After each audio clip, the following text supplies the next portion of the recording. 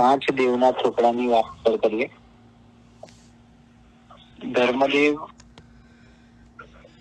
કયા પ્રકારના 22 પરિસહોને સહન કરે,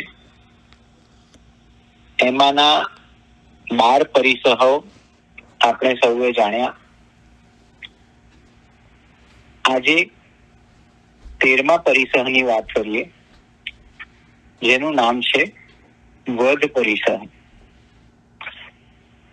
સામાન્ય ભાષામાં એટલે કોઈ વધ એટલે શું, તો કે આ શરીરને આત્મા અલગ કરવા અથવા તો પ્રાણોથી રહિત કરવું, એને આપણે વધ કહીએ.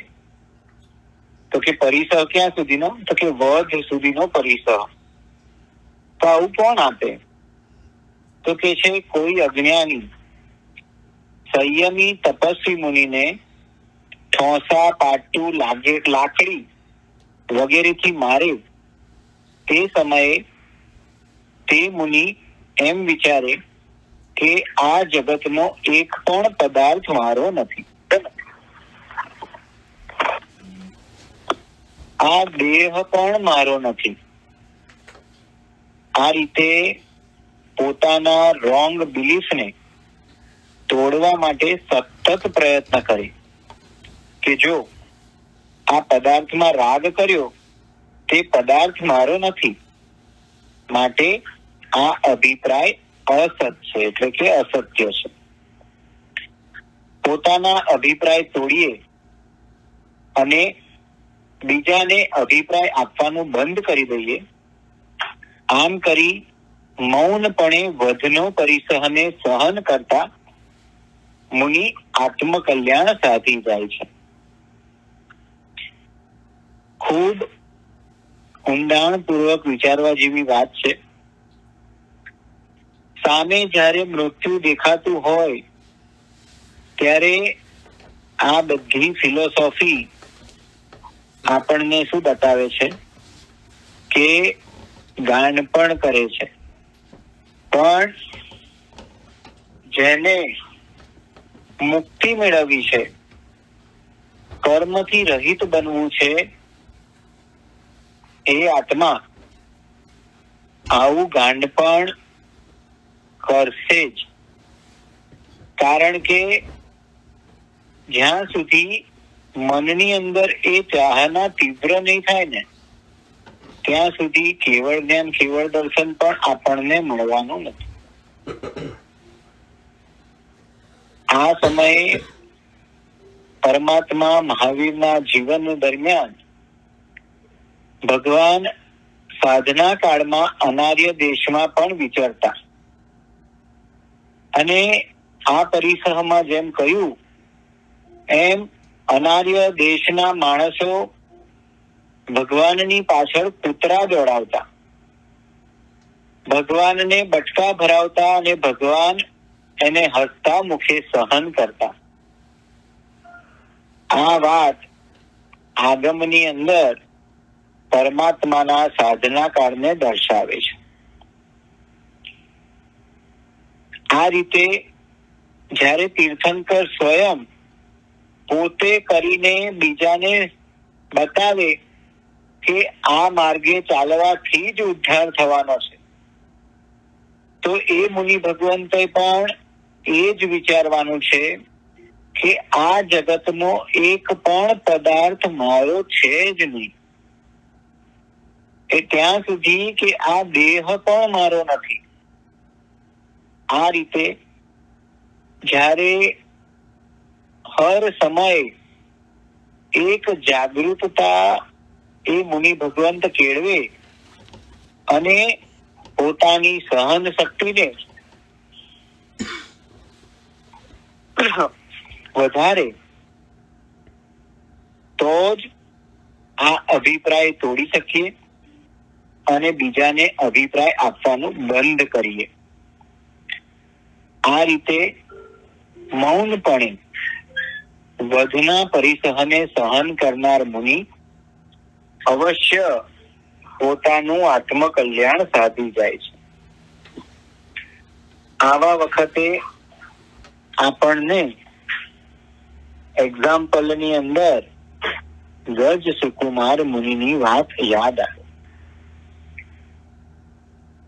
એમની વાર્તા અત્યારે લેતો નથી, બધાને ખબર છે. 16 વર્ષની નાનકડી ઉંમર, કુમાર અવસ્થા, સવારે રાજ્યાભિષેક, બપોરે જેની દીક્ષા થઈ એટલે કે સંયમ મળ્યો, અને એ બાલ મુનિ 16 વર્ષની નાની ઉંમરે કેવું એમણે વીર્ય ખીલવ્યું હશે કે સાંજે પરમાત્મા પાસે આજ્ઞા માંગે છે કે હે ભંતે, હું શું કરવા જાઉં? તો કે મારે કાર્યોત્સવની સાધના કરવા સ્મશાને જવું છે. અને ભગવાન જાણતા હોવા છતાં પણ એ ચરમ શરીરી જીવને ત્યાં આગળ જવાની આજ્ઞા આપે છે. અને એટલું જ નહીં, નવ દીક્ષિત આજનો લોચ કરેલા માથા ઉપર ધગ ધગતા અંગારા મુકાય, અને એ અંગારાને એ મુનિ ભગવંતે કેટલી ઉત્કૃષ્ટતાથી સહન કર્યા. મનની અંદર એક વિકલ્પ પણ કર્યો નહીં કે આ મૂકનારો મારો શત્રુ છે કે મારો સગો છે. બસ એ તો મારો મહા ઉપકારી છે. જ્યારે એ લેવલ સુધી આપણે પહોંચીએ અને જો તે વખતે આપણને તરત જ અનુભૂતિ થાય કે હવે કેવળ જ્ઞાન કેવળ દર્શન આપણાથી દૂર નથી. એ મુનિ ભગવંતની પીડા કેવી રહી હશે, અને એ પીડા કરતા પણ એમના આત્માની શક્તિ કેટલી રહી હશે કે આટલું બધું થવા છતાં પણ એમાં એ સ્થિર રહી શક્યા.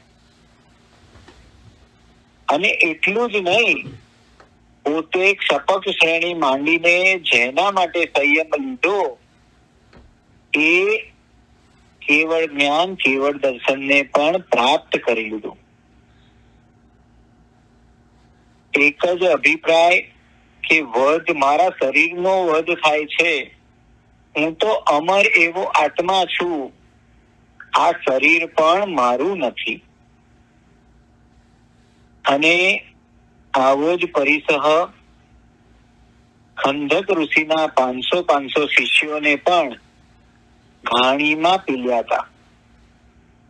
વિચાર કરો, આપણે જ્યુસરની અંદર જ્યુસ કાઢીએ ને, અને એક પછી એક મોસંબી અથવા તો સંતરું તમે લો અને જ્યુસ માટે એને ઘસો તો એવી રીતે આ તો 500 મુનિને ઘાણીમાં પીલ્યા.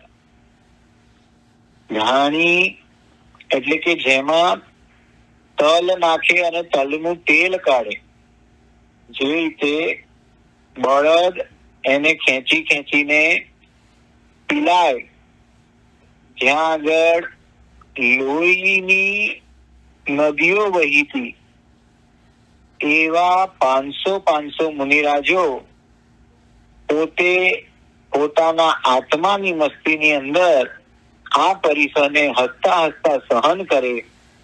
અને એટલું જ નહીં, સહન કરતા કેવળ જ્ઞાન કેવળ દર્શનને પણ પ્રાપ્ત કરે. અને એટલા માટે જ બતાવ્યું કે જે પણ મુનિ આ પરિસરને સહન કરે તેઓ અવશ્ય પોતાનું આત્મકલ્યાણ સાધી જાય છે. હજુ એક મુનિરાજની વાત અહીંયા આગળ યાદ આવે છે કે મુનિરાજ ખંડક ઋષિની વાત છે. મેતારજ મુનિની પણ વાત છે કે જેમને એક પક્ષીને માટે, એ વાત આપણે 2 દિવસ પહેલા કરી ગયા છે, એક ક્રૌંચ પક્ષીને બચાવવા માટે તેઓ શું કરે છે? મૌનની સાધના કરે છે. પોતાનું મૃત્યુ એમને કબૂલ છે, પણ પોતાના શબ્દથી બીજા જીવની હિંસા તેમને અસ્વીકાર્ય છે. અને એટલું જ નહીં, પણ ખંડક ઋષિ કે જેમને જીવતે જીવતા શું કરે છે? તો એમના શરીરની ચામડી ઉતારે છે. આપણને નાનકડી અમથી ચીમટી કોઈ ભરે ને તો પણ ઉઈ માં કરીને તરત અવાજ નીકળી જાય. અરે કોઈ જોરથી થપાટ મારી દે તો પણ મગજ 7મા આસમાને એક જ ક્ષણની અંદર જતું રહે. અને પોતાના એકદમ નજીક રહેલા એ સ્વજન પ્રત્યે પણ આપણને અત્યંત ક્રોધ થઈ જાય છે. તો આ ખંડક ઋષિએ એવી તો કેવી સાધના કરી હશે કે નહીં કોઈ વાંક અથવા ગુનો,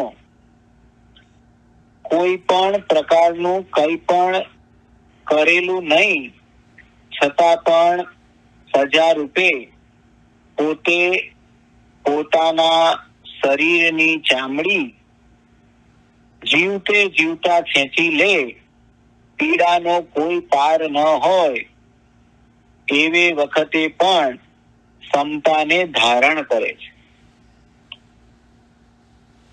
આવા તો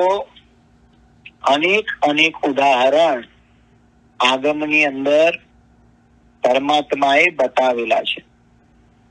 અને આ મૂકવાનું કારણ એક જ છે કે આપણે સૌએ પણ આપણા આત્માને આના માટે તૈયાર કરવાનો છે કે ગમે તેવી પરિસ્થિતિ આવી જાય, હવે મારે મારા કર્મોના ચૂરા કરવા જ છે. હવે મારે આ ભવ ફરી નથી કરવું, એટલે કે જન્મ અને મરણને ધારણ નથી કરવું. આ રીતે વધ પરિસહ માટે આપણે આપણા આત્માના વીર્યને, આપણા અભિપ્રાયને અને આપણી સમજણને એકદમ ચોખ્ખી કરવા માટે પુરુષાર્થ કરવાનો છે. 14મા નંબરે યાચના પરિસહ. યાચના, કારણ કે જેની પાસે હવે કોઈ જ પરિગ્રહ નથી, ગૃહ રહિત સાધુ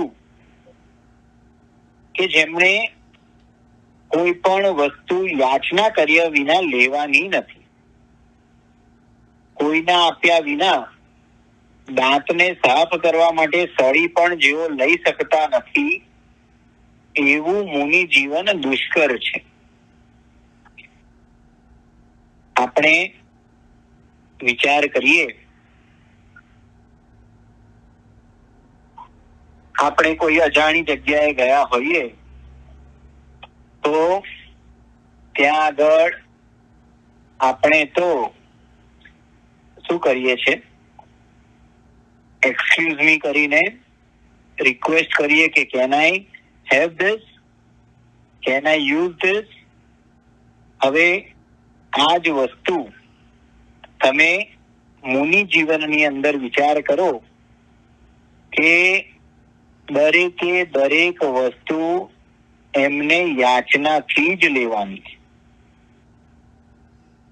કોઈને આદેશ અથવા તો ઉપદેશ આપવાનો નથી કે તમે આમ કરી નાખો અથવા તો તમે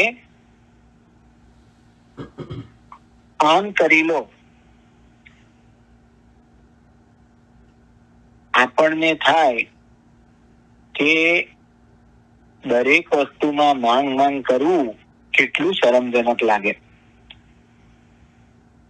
અને આની અંદર હું તમને સંસારી ભાઈના જીવનનો એમણે અનુભવેલો પ્રસંગ બધા સાથે શેર કરું. એક વખત અમારે પણ આ વિષય ઉપર વાત નીકળી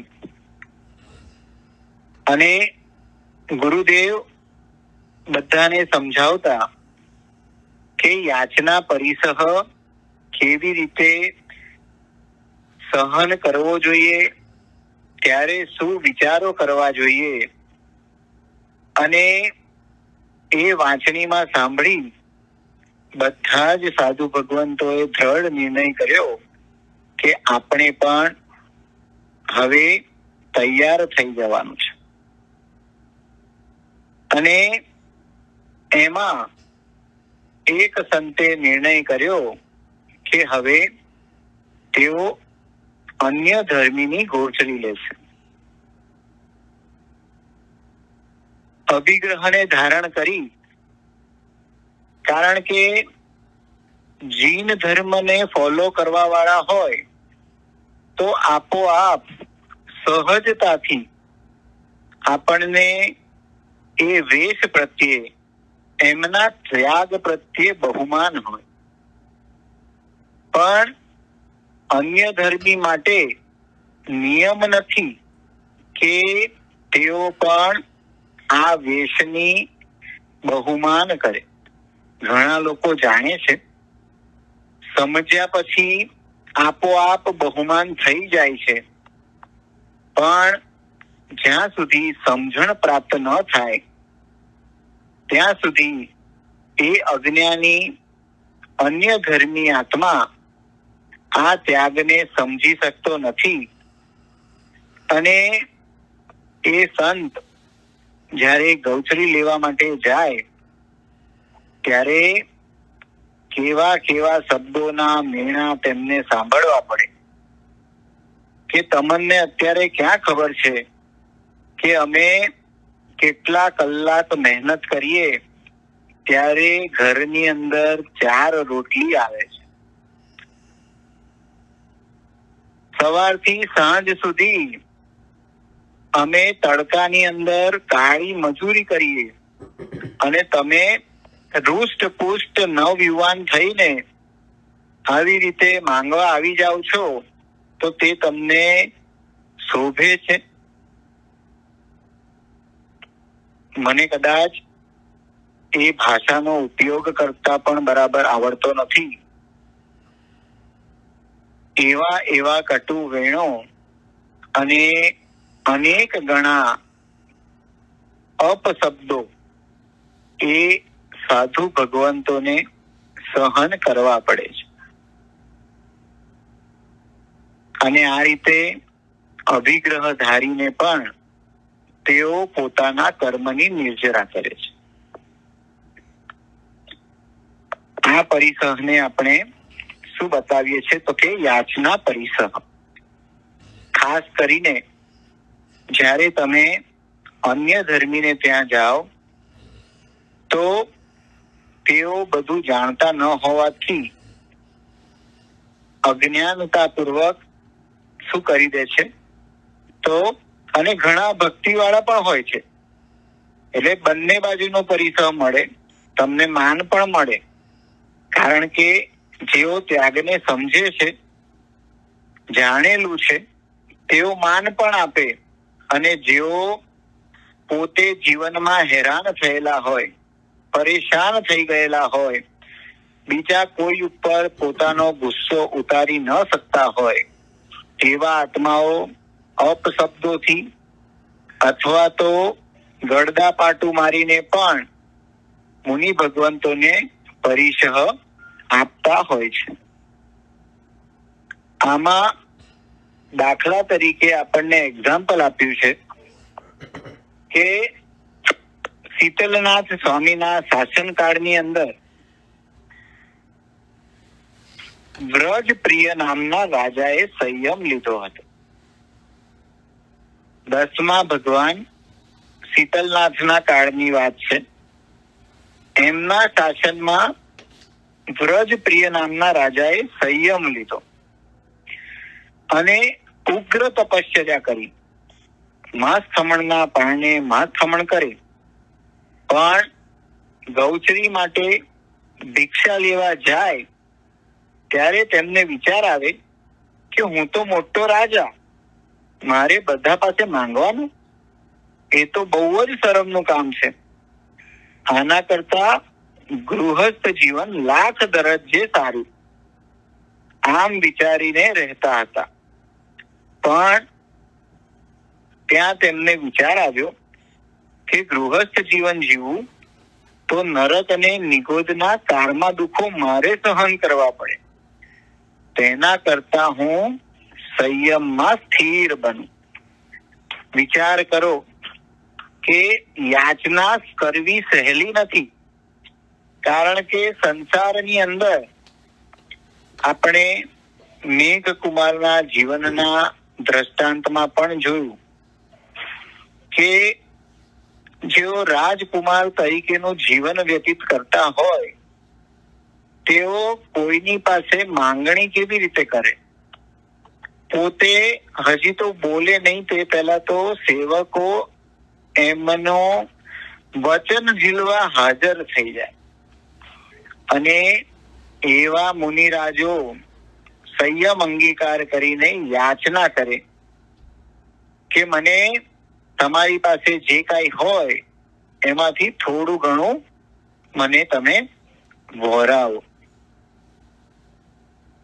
આ રીતે આ વ્રજપ્રિય રાજા પણ વિચાર કરે કે હું તો આપનારો રાજા છું,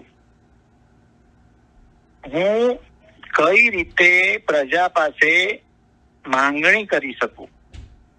અને ત્યાં જ એમને સદ ભાવનાથી, સન્મતિથી વિચાર આવ્યો કે જો હું ગ્રહસ્થ તરીકે જીવીશ, અત્યારે પણ આપણે છે ને જ્યારે મુનિ ભગવંતોના જીવનની વાતો સાંભળીએ, ઘણી વાર એવું થાય કે એક સંસાર છોડીને ત્યાં પણ બીજો સંસાર ઉભો કરવા જ જાય છે. તો પરમાત્મા બતાવે છે કે એ તો કાળનો પ્રભાવ છે, એ પણ આપણી વચ્ચેથી જ ગયેલા છે. એટલે કાળના પ્રભાવને લઈને કાળ એમના ઉપર પણ હાવી થઈ શકે છે. તો ઘણા લોકો એવા વખતે કહે કે આના કરતા તો હું ઘરે રહીને મારો ધર્મ કરું ને એ આગળ પડે. પણ પરમાત્મા બતાવે છે કે સંયમી જીવન જીવવું એક પણ જીવન નથી. જ્યારે ભાઈ નંદીવર્ધને ભગવાન મહાવીર સ્વામીને પ્રશ્ન કર્યો કે માતા પિતા તો જતા રહ્યા, પણ હવે તારે સંયમ શું કરવા? તું પણ સંસારમાં રહીને ધર્મ કરી શકે છે, તારે જેટલો કરવો હોય એટલો કર. ત્યારે ભગવાને એક જ જવાબ આપ્યો કે સંસારમાં રહીને હું સંસારી જ રહીશ, હું પાપ મુક્ત બની શકતો નથી. અને પાપ મુક્ત જે બનતો નથી તે દુઃખ મુક્ત કદી પણ બની શકતો નથી. કારણ કે કદાચ સંયમ જીવનમાં મને થોડા ઘણા કષ્ટો આવશે, પણ એ કષ્ટો મને દુઃખથી મુક્તિ મેળવવા માટે સહાયભૂત બનશે. આવો પ્રભુનો ઉત્તર સાંભળી નંદીવર્ધન પણ ગદગદિત થઈ ગયો અને પરમાત્માને ઉચિત સમયે સંયમની આજ્ઞા પણ આપી. આપણે યાચના પરિસરની અંદર આ વ્રજપ્રિય નામના રાજાએ પોતે પોતાના મનને સમજાવી સહર્ષે સ્વેચ્છાએ યાચનાનો પરિસહ સહન કર્યો. આમ કરીને પરિસહને સહન કરતા કરતા તેઓ આત્મકલ્યાણ સાધી ગયા. આ રીતે 14મો પરિસહ આપણે જાણ્યો. હવે 15મા પરિસહની અંદર અલાભ પરિસહ આવે છે. અલાભ એટલે કે આજે જો ભોજનનો લાભ થયો નથી, અર્થાત યાચના કરવા છતાં પણ જો ગૃહસ્થ દાતાની ઈચ્છા હશે તો આપશે, નહીં તો નહીં આપે. જો તે આપે નહીં તો સાધુ માટે તેમાં અસંતોષ લાવવાની વાત જ ક્યાં છે? જે સાધુ આ પ્રકારની વિચારધારાથી યુક્ત છે તે ભિક્ષાનો લાભ ન થવાથી પૂર્ણ સમચિત્ત બની રહે છે. તેના મનની અંદર વિકૃતિ ભાવ આવતો નથી. તેનાથી તે આત્મા અલાભ પરિસહનો વિજેતા બની રહે છે. અસંતોષની વાત જ ક્યાં આવી? ગુરુ ભગવાન તો જ્યારે ગૌચરી માટે ગવેષણા કરે, ઘરે ઘરે સુચિતા આહાર પાણી માટે ગવેષણા કરતા કરતા તેઓને પણ આ અલાભ પરિસહ સાહજિકતાથી થઈ જાય. કારણ કે ગૃહસ્થ દાતાની ઈચ્છા હોય તો કોઈ વાર મેવા મિષ્ટાન પણ મળી જાય, અને એમની ઈચ્છા ન હોય તો એક મુઠ્ઠી ચણા માટે પણ ઘણા ઘરો ફરવા પડે. તો આમાં અસંતોષ લાવવાની વાત જ ક્યાં છે? આ રીતે અલાભ પરિસહને જીતવા માટે સમચિત્ત બની જવાનું છે. આપણે બધા જ અખાત્રીજના શુભ દિને પરમાત્મા ઋષભદેવની વાત કરીએ. ઋષભદેવ ભગવાન 1 વર્ષના તપ કરીને પણ આ વર્ષ દરમિયાન મને કોઈએ પ્રશ્ન કર્યો હતો કે આ ભગવાને સંયમ અંગીકાર કર્યો. સંયમ અંગીકાર કરીને 4 જ્ઞાનના ધારક, હવે તેઓ જો ઉપયોગ મૂકે તો એમને ખબર જ હતી કે મને આટલા સમય સુધી આહારની પ્રાપ્તિ થવાની નથી.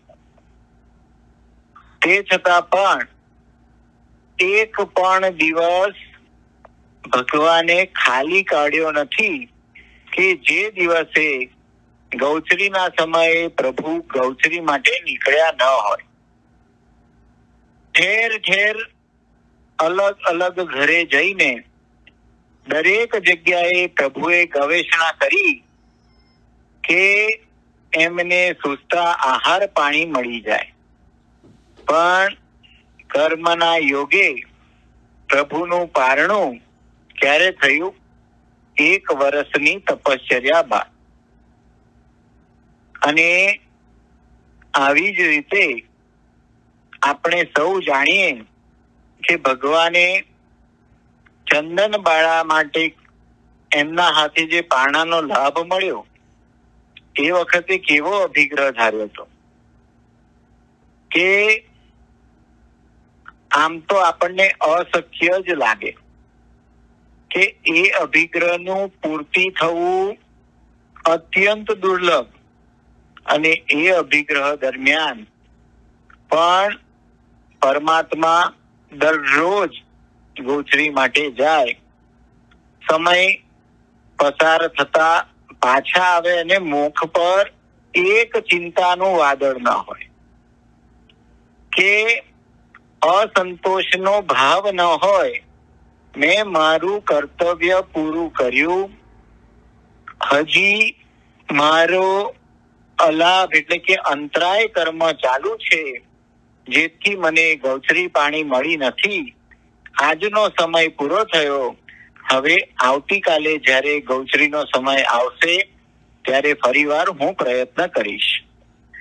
અને આ રીતે પરમાત્માએ કેટલી વાર પ્રયત્ન કર્યો અને જ્યારે એ કર્મ પૂરું થયું ત્યારે સહજતાથી એ રાજકુમાર ને સ્વપ્ન દ્વારા પરમાત્માને સૂઝતો ઇક્ષુ રસ વરાવવાનો અવસર પણ મળ્યો. અને પરમાત્મા મહાવીરનું પારણું પણ બધી જ બોલ પૂરા થતા હતા, પણ આંખમાં આંસુ નહોતા. તો ભગવાન બારણેથી પાછા જાય અને એ વખતે ચંદનવાળાની આંખમાં આંસુડો આવી જાય અને ત્યાં પરમાત્મા પાછા આવીને એ આહારને ગ્રહણ કરે અને અભિગ્રહનું પૂર્તિ થાય. આ અલાભ પરિસહ ઘણી વખત આજના કાળની અંદર આપણને જોવા મળે અને એ અલાભ પરિસહને આ રીતે હસતા હસતા પરમાત્માના જીવનમાંથી પ્રેરણા લઈને પોતે પણ હસતા મુખે શું કરે છે તો કે એને સહન કરે તો અવશ્ય તેઓ પરિસહના વિજેતા બની રહે છે. અને ઉત્તમમાં ઉત્તમ એક્ઝામ્પલ અલાભ પરિસહ માટે ઢંઢણ મુનિ કે અલાભ પરિસહને સહન કરતા કરતા કેવળ જ્ઞાની બન્યા. ઢંઢણ મુનિની વાર્તા પણ આપણે થોડા સમય પહેલા કરી ગયેલા છે કે કૃષ્ણ મહારાજા જેમને પગે લાગે એ જોઈને જેમને ગોચરી મળે અને ભગવાનને જઈને એ ગોચરી બતાવતા ભગવાન ફરમાવે કે આ તારા લાભથી મળેલી નથી, આ કૃષ્ણ મહારાજા દ્વારા તને પ્રાપ્ત થયેલી છે. અને એ કૃષ્ણ મહારાજાથી મળેલી ગૌચરીના લાડવાના ચૂરે ચૂરા કરતા એ ઢંઢણ મુનિ પોતાના કર્મોને પણ ચકચૂર કરી નાખે અને ત્યાં ને ત્યાં કેવળ જ્ઞાન કેવળ દર્શન પ્રાપ્ત કરે. આ રીતે અલાભ પરિસહને સહન કરનારા શું કરે છે તો કે પોતે પોતાનું આત્મ સિદ્ધિ એટલે કે પોતે સિદ્ધ પદને પ્રાપ્ત કરી લે છે. હવે 16મા નંબરની અંદર પરમાત્માએ કેવા ભાવ બતાવ્યા છે એ ભાવ આપણે અવસરે લઈશું. જીનાજ્ઞા વિરુદ્ધ આજની સ્વાધ્યાયમાં કાંઈ પણ બોલાયું હોય તો અર્યંત અનંત સિદ્ધ કેવડી પ્રભુ આપની સાક્ષી તસ્મિચ્છામિ દુઃખ.